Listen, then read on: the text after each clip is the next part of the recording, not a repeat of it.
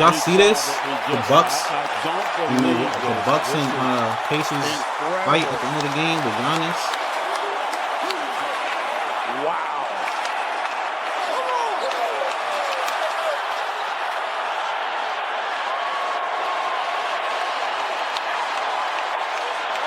Indiana's moving into the second round for the second consecutive season. For the first time since 2011 through 2014 when they did it. Why does Pops look like Freddy Krueger though? Like the man Freddy Krueger. I've been a part of some crazy endings in games. That is right up there with him. The 8-0 run occurred, Greg, in the last 35 seconds. Why are you putting his head on him like that? Just a shocking Why are you putting his sweaty ass head on him? win and lose a basketball game. Tyrese Haliburton is doing. But listen, the entire. Yo, why is he manhandling his neck like that, bro? Like he's a baby. Like he holding his head like he's a baby, bro. Yo, Giannis be bugging, bro. Giannis be bugging, bro. Why are you holding his head like he's a child? Entire team played and made some plays. TJ was outstanding, I thought. Was able to get some. Oh, they still trying to clean it up. We got Antetokounmpo, we got Mathurin, and we got all kind of guys out here in the middle of this. The security's there. And they're trying. It's Kevin Porter Jr.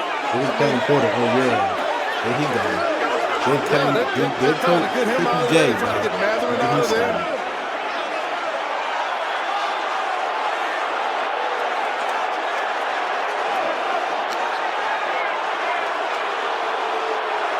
They're just trying to make sure they get him out of there. They're trying to get Mathurin out. It's a little bit of everybody. There's some disappointment, I'm sure, on the part of the Bucks. But the Pacers did a good job, and they're just trying to make sure you get guys in the proper position. You need to celebrate the victory. Yo, what? What's going on, bro? I don't understand. What happened there? Like, what happened? I don't really see you as someone that gets into it with people after the game. It looked like you were kind of standing there by the three-point line, then all of a sudden you're in the middle of kind of everything. Just what happened kind of out on the floor after the game? Nothing. This is the last time I'm going to say. I won't talk a lot. We lost the game. It doesn't really matter. One thing I'll say is that I believe like being humble in victory. That's how I am.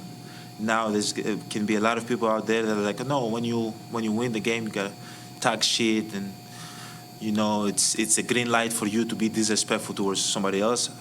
I disagree. I've won the championship. They haven't.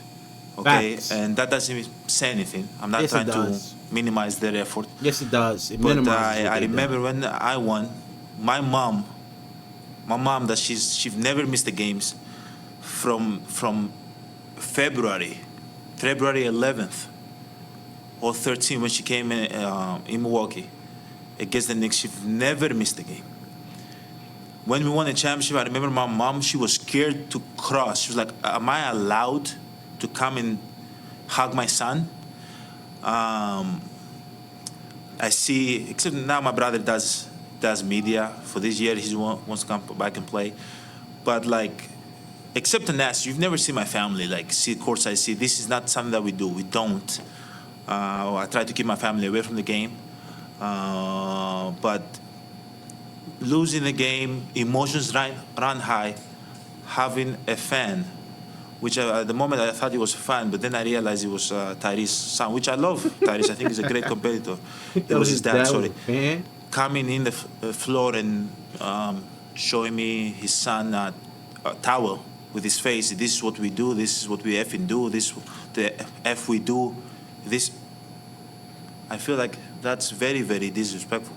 Oh, D, that is disrespectful. You know, that is disrespectful.